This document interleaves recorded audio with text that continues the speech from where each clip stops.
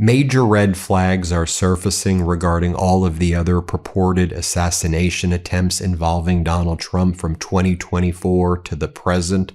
This is especially the case right now as these red flags are resurfacing in light of the blockbuster reporting by the Washington Post about Donald Trump's elaborate escape from the old Air Force One that was in Ankara, Turkey, following the NATO summit on July 8th, where Donald Trump was so terrified of a purported Iranian assassination threat regarding Air Force One that Trump left the press aboard Air Force One while Trump plotted this elaborate escape with the Secret Service, where he snuck out of Air Force One, was in a catering truck that brought him out of Air Force One and brought him to a military plane with Pete Hegseth, where they flew to a Royal Air Force base in the UK, and then Donald Trump pretended that he was aboard Air Force One the entire time. Now, the Trump and MAGA propagandists are describing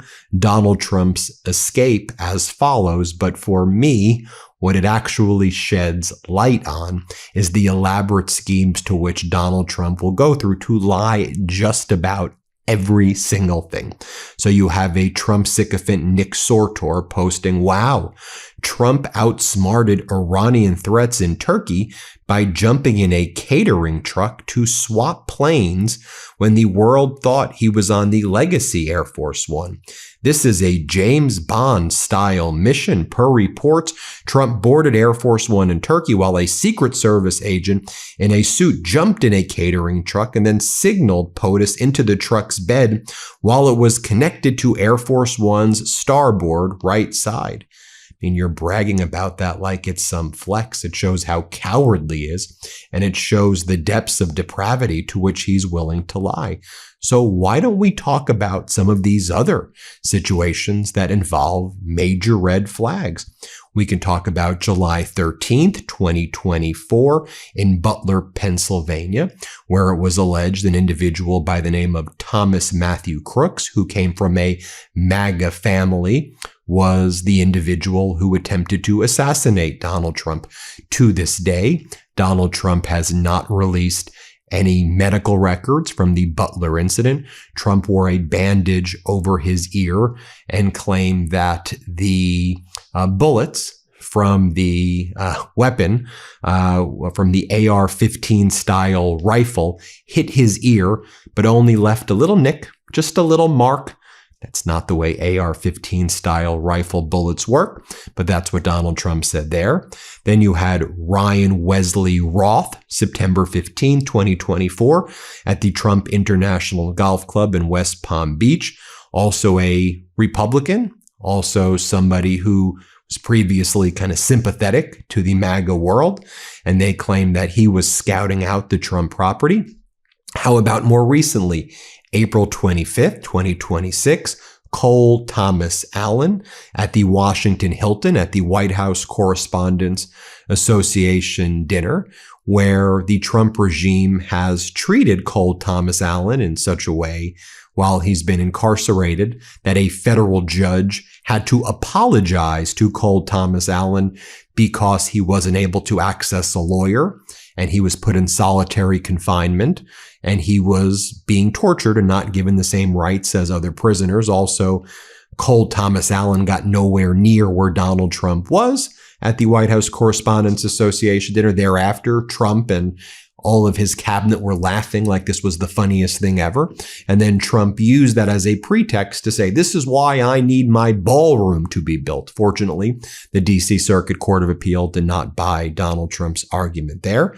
Then you have recently Janine John Teal, August 2026, at the Trump National Golf Club in Rancho Palos Verdes, California. We've learned more about Teal, a Marine veteran who was observed walking the grounds, photographing and videoing security preparations there, allegedly. He was somebody who followed the Tate brothers and was in the MAGA orbit, but he was accused of being involved in a potential assassination plot right there, which state regime media said, oh, Donald Trump's so courageous and brave that he's willing to go out there and risk his life each and every time. Well, and then you had June 14th, 2026, where Trump hosted the UFC Freedom 250 event. And then state regime media Fox claimed that they got a tip from the FBI, from Kash Patel, that there was a group of young men who were in their late teens to early 30s who were on a Signal chat who talked about using drones to attack the UFC fight. And then Kash Patel's like, I foiled a terrorist attack. And it just seemed like a bunch of like 19 to 30-year-olds who were just, one, sympathetic to kind of MAGA, who were livid about the Epstein file cover up. And it was like, we uncovered this massive plot right there. And again, Donald Trump immediately used it for, this is why we need to construct the ballroom. Oh, yeah. Then there was Nasir Best a few months back, 21-year-old Nasir Best, an individual who back in 2025 was arrested for making threats in front of the White House, allegedly, but was permitted to miss court appearances by Jeanine Pirro, who's the main prosecutor in Washington, D.C. He was somebody known to the Trump regime. He would go in front of the White House repeatedly and believe that he was Jesus Christ, and he would say, I'm Jesus, I'm Jesus. And he got close to the White House, or he was not all that close. He was kind of outside the perimeter. He allegedly had a gun, and then the White House snipers shot and killed him. But he was, again, known in the area, known to have mental illness. And then that was also claimed as an assassination attempt that justified why Donald Trump needed a ballroom. And he had other incidents with the Secret Service back in July of 2025. I bring up all of these incidents because as you think about what the Trump MAGA influencer spheres now saying, Trump did this elaborate escape and he had the Secret Service dressed like this and he went into a catering truck and this and that.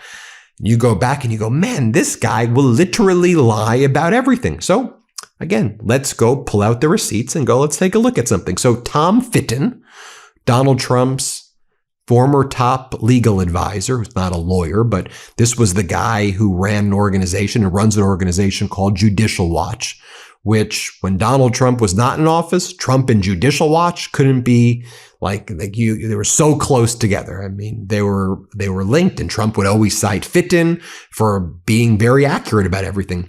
So Fitton sued Trump's FBI to get the files regarding the Thomas Crooks Butler shooting in July 13, 2024, because the Trump regime wouldn't produce it.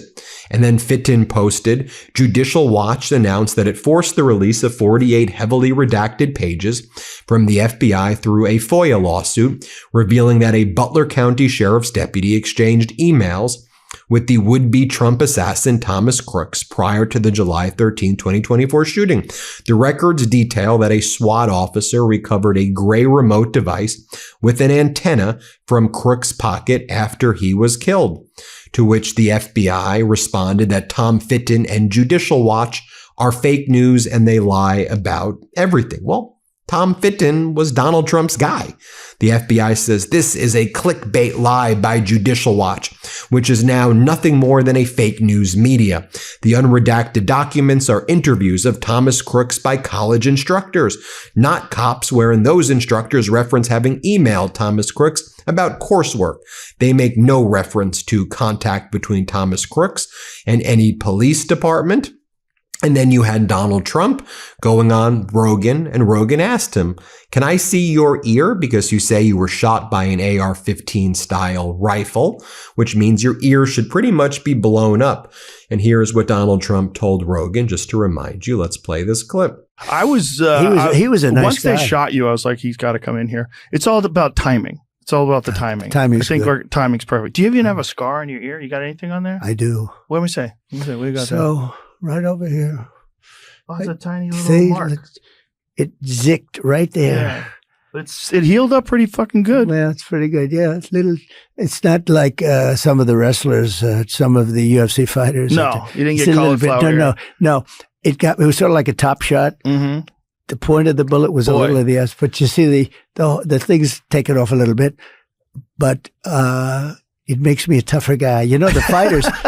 Talk about what was going on at the White House Correspondents' Dinner incident, where Cole Thomas Allen was alleged to be the would-be assassin. And let's take a look at what a federal judge had to say about the conditions that Cole Allen was put in. A federal judge said that he was alarmed by Cole Allen's harsh treatment by the D.C. jail and said it appeared far harsher than what January 6 defendants, also accused of politically motivated violence that threatened officials, once faced. The judge said, "I'm very troubled with how Trump is treating you," to which Jeanine Pirro, of course, now we know Jeanine Pirro filed the charges against David Hearn, based on fabricated evidence for the reflecting poll. But Jeanine Pirro said, "Welcome to D.C., where U.S. magistrate judges believe a defendant armed to the teeth and attempting to assassinate the president is entitled to preferential treatment in his confinement compared to every other defendant."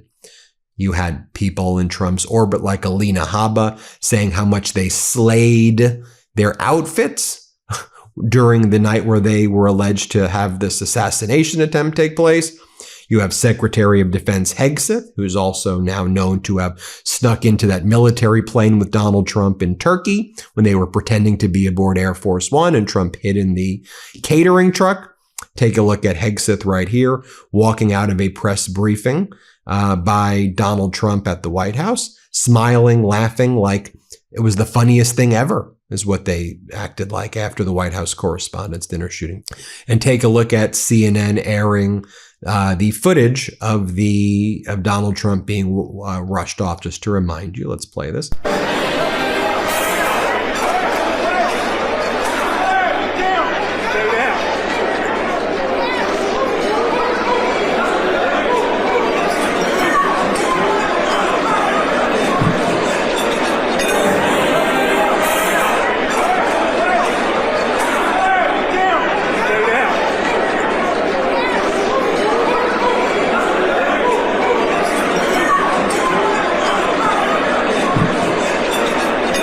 Now, as I mentioned, Nasir Best, that was the shooting that took place where he was killed by the snipers.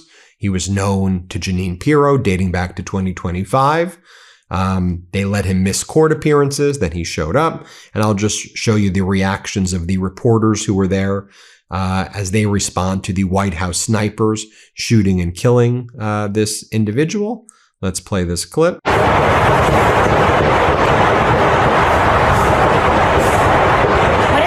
And then there was the story about the FBI disrupting the alleged explosive drone plot targeting the White House UFC event. Signal chats allegedly revealed 23 people discussing pre-operational activity. And then you had the Justice Department writing to the D.C. Circuit Court saying that the alleged plot to attack the White House with drones at the UFC event justified the need for a golden ballroom, apparently, because it would have a drone port and it would protect everybody. It makes no sense to me at all. And here's how they were talking about it on state regime media. The FBI says it thwarted a drone attack targeting Sunday's UFC Freedom 250 event. Here, play this clip. This breaking news just into the Fox newsroom. The FBI disrupting this alleged plot targeting the UFC Freedom 250 event at the White House. Officials telling Fox a network of nearly 24 potential plotters were identified, with at least 5 people in custody right now. The suspects allegedly traveled to Fredericksburg, Virginia to make final preparations for the attack. And the alleged plan allegedly included explosive-packed drones hitting buildings near the event, forcing a mass evacuation, and then steering crowds, get this, toward a pre-staged sniper team. A second wave was then planned to storm the White House gate. The FBI first learned of the threat on June 10th and worked with law enforcement across multiple states to stop it. FBI Director Kash Patel saying, quote, "We are built to detect, respond to, and bring to justice those who threaten the lives of American citizens, particularly during large gatherings like the historic UFC 250 fight." That's exactly what we did here. Over 4,300 people were in attendance for UFC 250, which included 1,200 service members. Luckily, nobody was harmed during the FBI's takedown. And then that brings us as well to what just took place in the past week and a half. From decorated U.S. Marine to arrest at Trump golf course. What we know about Janine John Teal, a Downey, that's the city in California, man was charged with a federal firearm-related offense after he was apprehended at the Trump National Club with ammunition in his pocket and a loaded firearm in his pickup truck. For nearly a decade, Janine John Teal was a U.S. Marine with tours in both Iraq and Afghanistan. Until July 2025, he was licensed to work as an armed security guard. Then, over the last few days, authorities allege he twice roamed the grounds of the Trump National Golf Club in advance of a presidential visit, wearing a radio earpiece, taking photos of Secret Service agents on the ground, and carrying a round of ammunition in his pocket. Teal was arrested Sunday during his second visit to the golf course.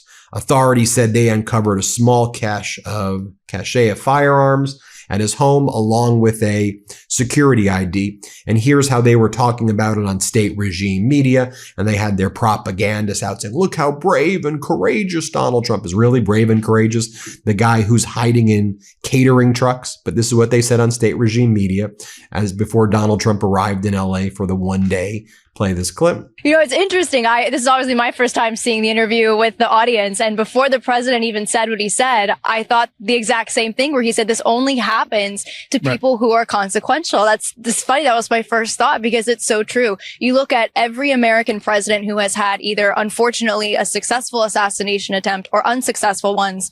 Lincoln, JFK, Ronald Reagan, Donald J. Trump. In the weirdest way, it's very good company to be in. But, you know, I really am impressed with the way that the president carries on every day, the resoluteness that he brings to the job. And it affirms for me how important his presidency is and why I want our Republican establishment to get on board and realize who we have at the helm and keep it going. We have a special guy. We got to do good things for him. You know, what's interesting about it, Katie, is that, you know, when you talk to the president about this, he initially will say something with it and then he kind of moves off the topic very quickly. But you look at the Secret Service roaming around the Trump National Golf Club and they are on high alert and constantly moving. Yeah, they caught this guy 2 days ahead of President Trump arriving here, and that's better than they had at West Palm Beach with the first attempted assassination trace. So they're on high alert. They're doing exactly what they need to do. President Trump moved on so quickly at the White House after the White House Correspondents' Dinner. He was at the podium. He was in the Oval Office. He was making jokes. He moved on because he knows that the country is more important than what he feels is a threat to him. And then I'll leave you with this. And this kind of is where, you know, where everybody's like asking questions. Well, you've got Candace Owens with Hunter Biden talking about Charlie Kirk and talking about Butler and how the Trump regime is covering up all this stuff and how the Trump regime is not producing any of the records, just like the Epstein files, covering everything up, refusing to release Trump's medical records, the files, everything's redacted. And what does the Trump regime do? We've got UFO files for you. We've got this for you. We've got that for you.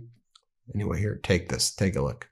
Whether it's Butler or Charlie or Butler makes no sense. These things that it's just not right. And I mean, it's so glaringly not right. It's almost as if they're just saying, F like, you. F you. They're not even trying. Care. We don't even get good psyops anymore. And that's what I keep saying. I'm like, it's so disrespectful that we're not even getting good psyops anymore. Like we're supposed to believe he survived 4 assassination attempts, the first president that's ever survived 4 assassination attempts. Yeah. They lie to us about things, they make a big deal, and then they make it want to, it's going to go away. They're going to keep pretending and telling us that this is a totally normal grieving widow. Okay. No one's buying that. Like that, something's just not right here. Everyone can see that this is not how you would react to your husband being shot. And this sort of just, I'm fine. And 2 weeks later, I fully accept the narrative. I have no interest in anything else. It's over. Let's close it. I forgive him. Let's move on. You're asking us to abandon our common sense and our humanity is what you're asking us to do. And that kind of seems like where we're at. Like they're insisting on this. And I'm going, where is this going to go? Because we're not doing the thing they want us to do. Like they are just constantly giving us slop all the time. I mean, even the recent White House Correspondents' Dinner, there was so much theater to it after, so much theater. And now it's kind of, okay, Secret Service maybe shot each other and we're just going to kind of quietly move on. But Trump needs the ballroom. Like that's a normal reaction. Hey, there's a shooting duck. Hey, well, we better get that ballroom. And by the way, it's going to cost $1 billion now. And by the way, it's not from donors. And by the way, we're going to do it. It's just the constant, like, talk about gaslighting. This has been just this, and we're not even, are we even a year into Trump's second term? We're a little over a year. A little over a year in a second term. Let me know what you think, everybody. Hit subscribe. Let's get to 7 million subscribers. We appreciate you. Before you go, our book, WTF America, is available for pre-order now. It's the story of how we got here and how we fight our way back. To pre-order, scan the QR code or click the link in the description. Let's do this.